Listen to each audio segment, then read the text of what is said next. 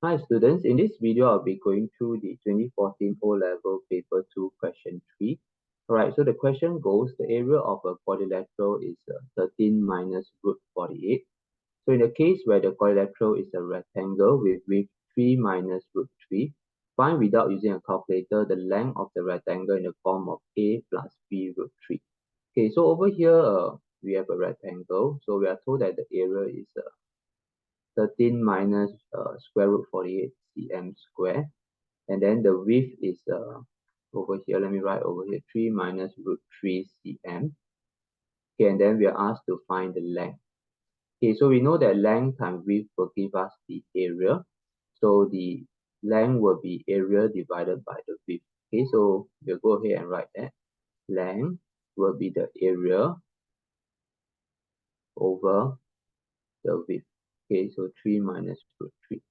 Okay, so before we proceed to do anything about this this particular expression, before we start to simplify it, okay, it's important to ask yourself, is there any term inside this expression that can be simplified?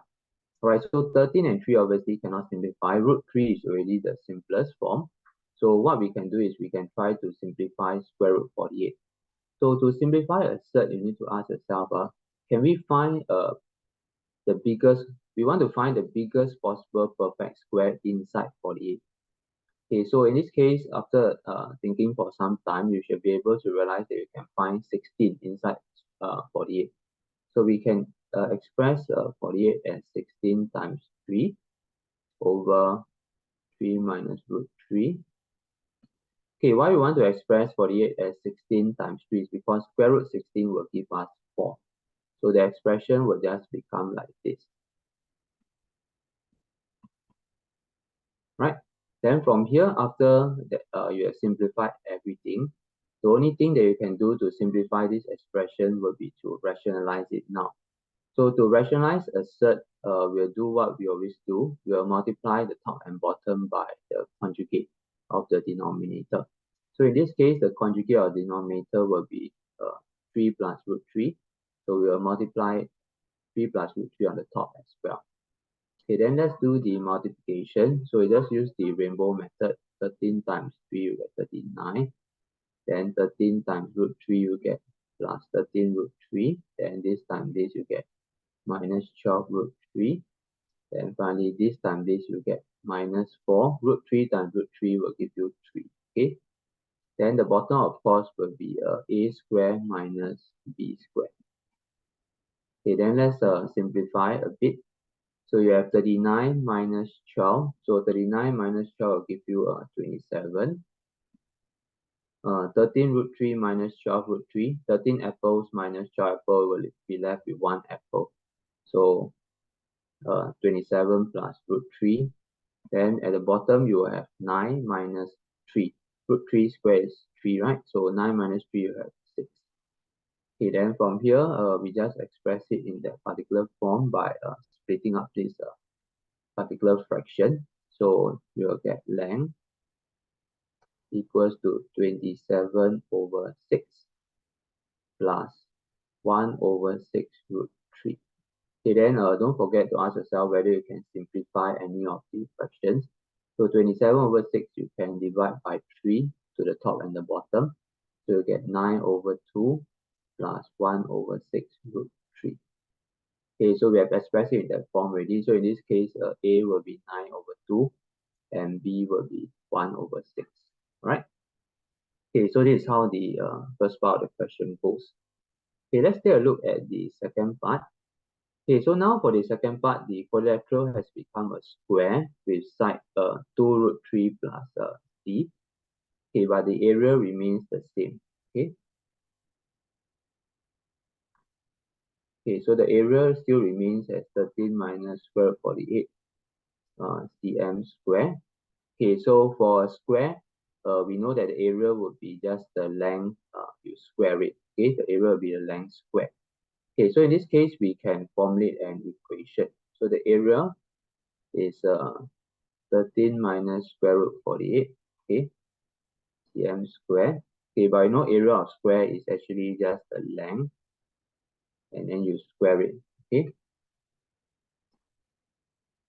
Okay, so basically at this point in time, what we can do is there's nothing much we can do except to expand out the left side, and then after that we see whether we can compare any terms or not.